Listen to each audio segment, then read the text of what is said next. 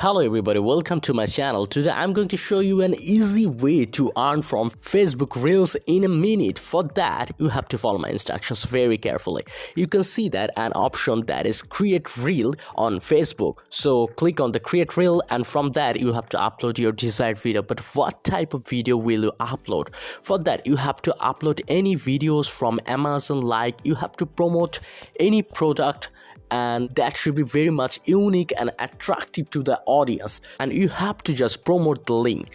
So you have to go to the Google and search for Amazon Associates. Now you have to sign up an account in Amazon Associates. Now you have to create an affiliate link. After creating affiliate link, you can just comment that affiliate link under the description portion of your create link or in the comment section.